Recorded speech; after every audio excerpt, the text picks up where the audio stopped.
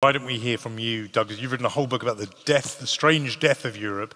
So you obviously believe Europe is not just on the edge, but has gone over the edge. Just tell us in a very distilled form, if you can, what's on your mind. Sure. I don't make any apology, by the way, for being gloomy. I think that if the facts are gloomy, you should be gloomy. And I think a huge amount of damage has been done historically and is still being done today by optimists. I'll have to fight back. But we might get onto that. We will. My view is that, our continent is in the business of bullet dodging these days, and every time a bullet sort of whizzes past its head, we think, oh, well, it hasn't hit, so it'll be fine for another day. And I think that isn't true, but I think that the real problems are far deeper than the issues that any one election throws up these days, or any one challenger can throw up. My book's about what I see as being the two twin challenges that have come simultaneously. The first is the mass movement of peoples into Europe. And the second is that this should come at the same time that Europeans have lost the sense of what we are, or what we're meant to be, or whether we're allowed to be, or whether we are just the place where anyone in the world who wants to call our continent home can call it home. And I think this is a massive historical issue that's far beyond, at the moment, the grasp of any politicians in our country to deal with. But it'll be the one that galvanizes us, I think, throughout our lives. And instead of Europe having a philosophy in which says if you're here, then you're European, and you can call yourself and think of yourself as being at home, what do you think should be the approach instead? Well, it would start by recognizing that it isn't the case that anyone in the world who walks into Europe immediately becomes a European.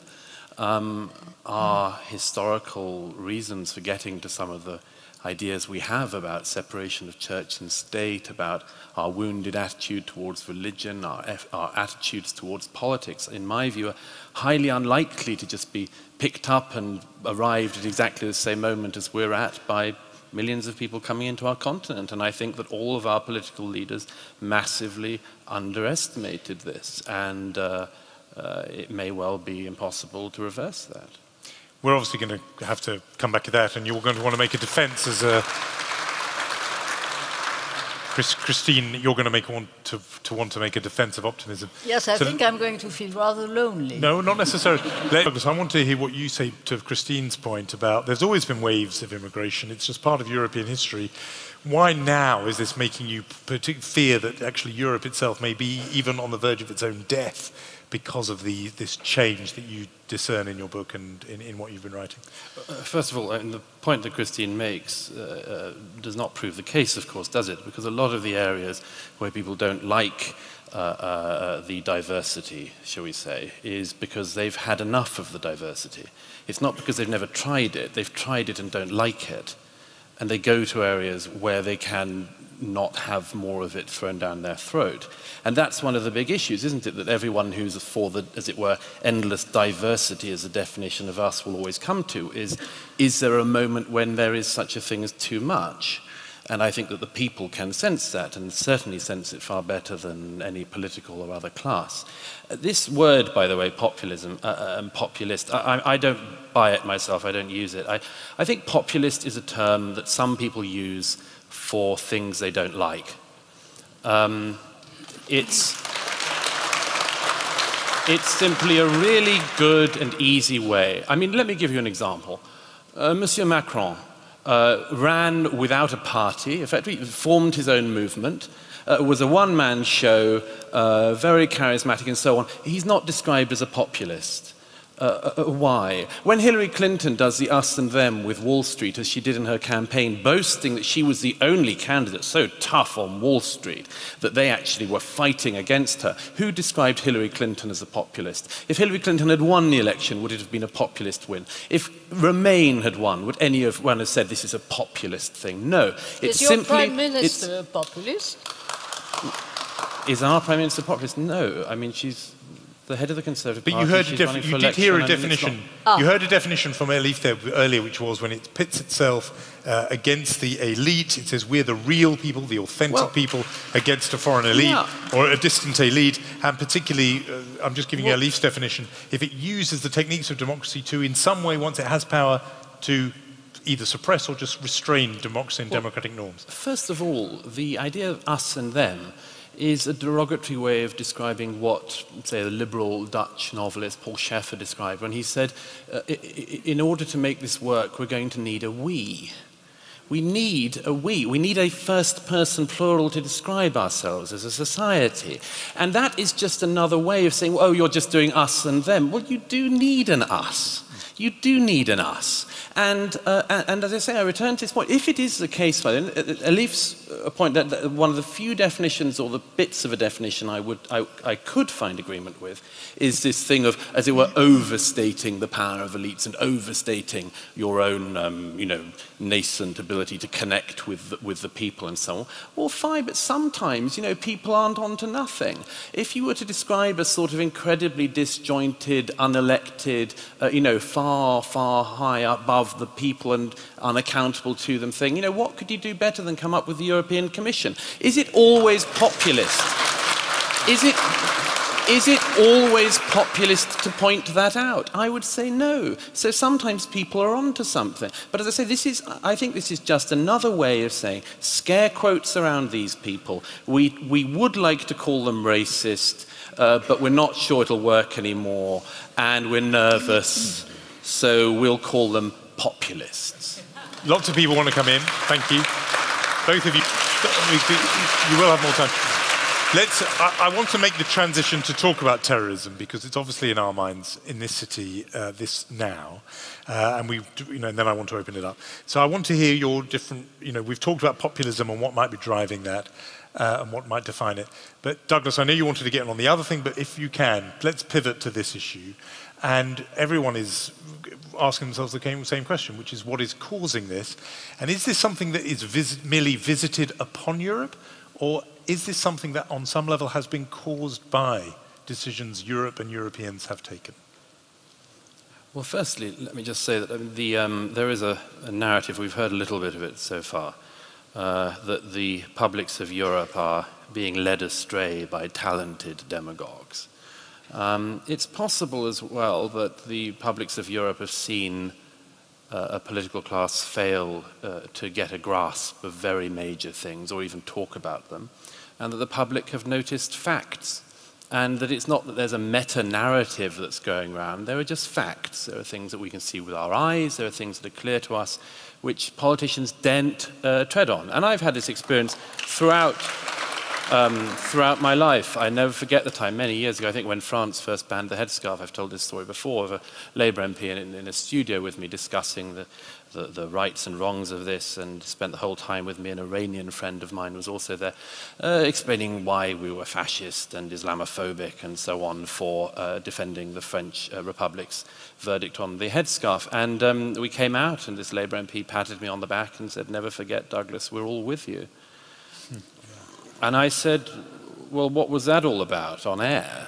Which was the more pertinent moment. And he said, look, I've got a large Muslim constituency and I can't do anything in this area.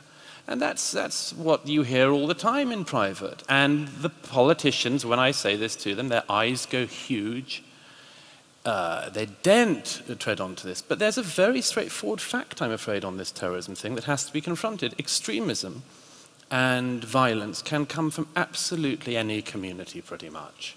I mean, even Buddhists, when riled up in certain parts of the world, can become violent. The Quakers, I think, we can't go for, but but pretty much every community. So I accept that. This is not something to be picked up on. But Islamic extremism only comes from the Islamic religion and from followers of it. And that is an imported problem for Europe. That's a problem that we've brought in and we're now facing. Now, none of our politicians, by the way, and there's no great conspiracy about this, nobody expected it. If you'd have said to a politician in the 1990s, in the early years of the 2000s, Europe is going to be racked by blasphemy debates. They'd say, what are you talking about? When did the Spanish Inquisition return?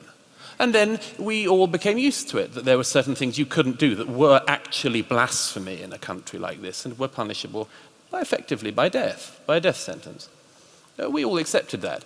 And now we're told we have to accept the terrorism. Well, maybe we do have to accept the terrorism as part of our life, but the publics have a right to be looking at the politicians and saying, look, this is a problem you brought in. It's not only to be talked about as a problem, but unless we're willing to do that bit of identifying, to my mind, the gap between what the public can see and what the public know, and what the political class is even willing to whisper, will continue to grow, and that's the gap where you have to worry. So who wants to take on what... First of all, sorry, Elif, but the Burkini ban is a massive diversion. A massive diversion. It was a big mistake for the French state when that happened, I agree, but this is not the biggest issue. The biggest issue is that just up the road, again, a few days ago, 3 men with machetes went through a London street hacking at people saying this is for Allah. Okay? That's our problem. And this is always the way with this. We always have diversions, and some of these diversions we bring upon ourselves. But let me just get back to the main point. We have had historically massive issues in Europe. Nobody who knows anything about our history wouldn't pretend that. But this is a civil war within a religion which was not our war, and it has become our war. It has become our war, and Elif, you are right and wrong. You are totally wrong to say that there isn't some agreement on this. If you are a Muslim and you follow Islam, you believe that the Quran came from God, and you believe that what is in it is at least very hard to run against.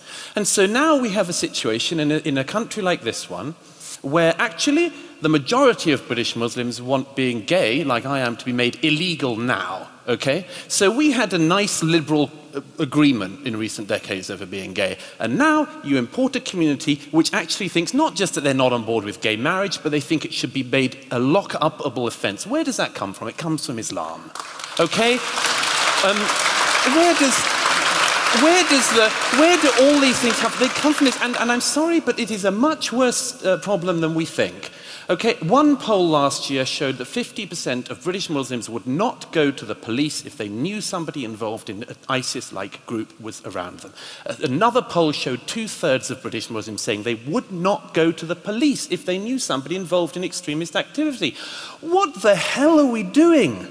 What the hell are we doing in ignoring that? Okay, Douglas, let me... Yeah, but this is so I know, Elif. I will. I'm going to let you come back. I just want to press Douglas on a question because I want to know if we accept what you said, and so obviously a lot of people in this room do, and I think quite a lot don't.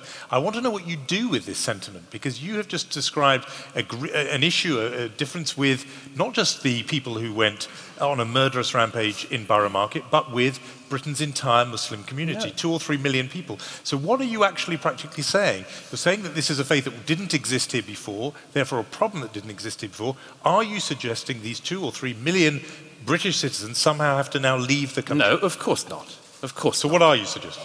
The first thing is you admit this issue and you slow down or stop the flow. The obvious thing, if you've got a problem, admit to it and slow the flow. Okay? The second thing is, obviously, you try to work on the people you have here. Obviously. You can't... What does work on mean? Well, you hope that over many, many generations things will change. Of course, the problem we all have is a situation like the case of Salman Abedi. This country gave his parents asylum. They fled from Libya. We gave his parents asylum.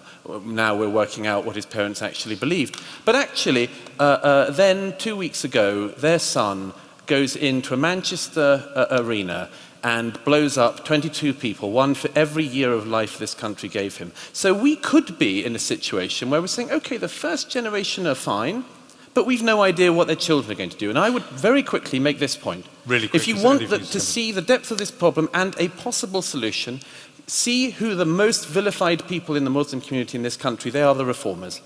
Every single case, it's the reformers. Okay, and one of the London Bridge attackers last year attacked an imam who's a friend of mine in London. Okay? Everybody knows this. The reformers are on the edge of this. And this is the point. Okay. The reformers may lose. And that used to be a big tragedy for the Islamic world. And now it's a tragedy for Britain. Okay. Elif wants to come in and then we're going to questions. Just is to stop or reduce the flow. Yeah. Therefore, the questioner asked, do you support a religious test for immigrants to this country? And I suppose what was in his mind was, if you don't, how on earth would you be able to reduce the flow? First of all, of course, we've got to remember that we've been talking about asylum a lot, and certainly now the people coming into southern Europe, certainly the Italian points of entry, are not asylum seekers in the way that we're seeing. They're not Syrians. They are economic migrants looking for a better life, and that has always, in recent years, been a massive part of this. And these two things are constantly elided, deliberately elided, and I think dangerously elided. So yes, I could well get on board with a religious test. For instance, in recent years, there has been a significant genocide on our continent, on our planet, rather. Yazidis, who were almost wiped out a couple of years ago.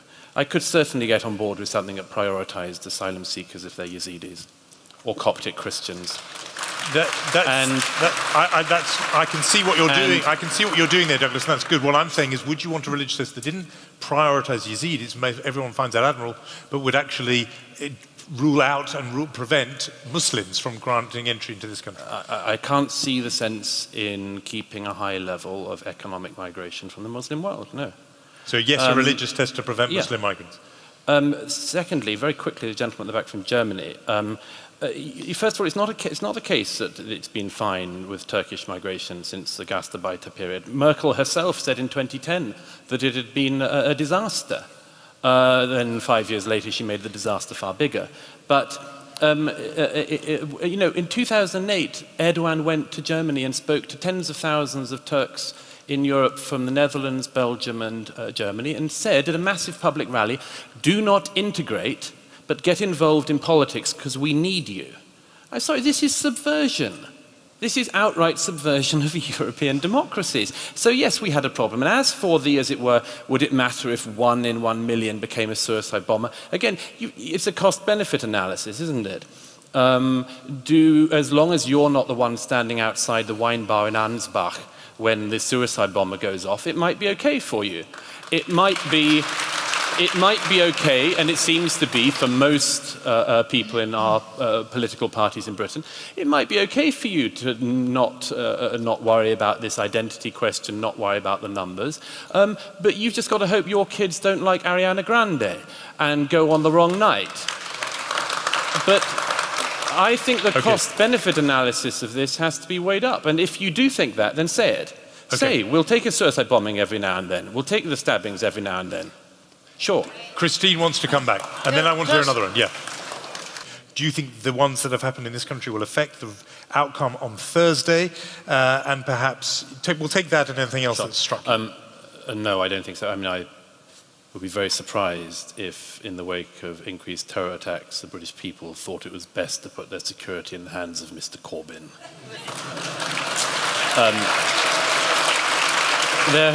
So that means you do think there's an outcome? Very quickly, well, there have only been two groups of people in recent years who've tried to blow up the British people, the IRA and Islamists. And one of the very few things that links them is the support of Mr. Corbyn. I hope the British people will make their voice heard on that. Very quickly, look, all of this stuff is part of what the point of my book is to try to look at the deeper things underneath this. Our continent is racked by guilt, it's racked by tiredness, existential exhaustion, a whole range of things that mean we are very vulnerable to anyone who comes along and says it's our fault. We're very vulnerable to it, and it's, I have to say, high time we snapped out of it. When I was last on the Greek islands, the reception islands at the camps where migrants were coming in, you know, I was speaking to people from such a wide range of countries. Bangladesh, for instance. What's this country done to Bangladesh recently that should be a reason for us to be continuing to take in people from that country? And what's your solution if people who think that? You can't solve Syria. What are you going to do to solve Eritrea? And you think that in the meantime, we have to continue the current wave of migration? It's madness. Very quickly, to the Scandinavian countries, I don't buy it. All happiness studies are bunk. Total bunk. They always say that the best thing to be is a hill farmer in Bhutan. Rubbish. absolute rubbish. And it's the same with Scandinavia. You've heard so many different points. The one about the migration from Africa, what aspects of the culture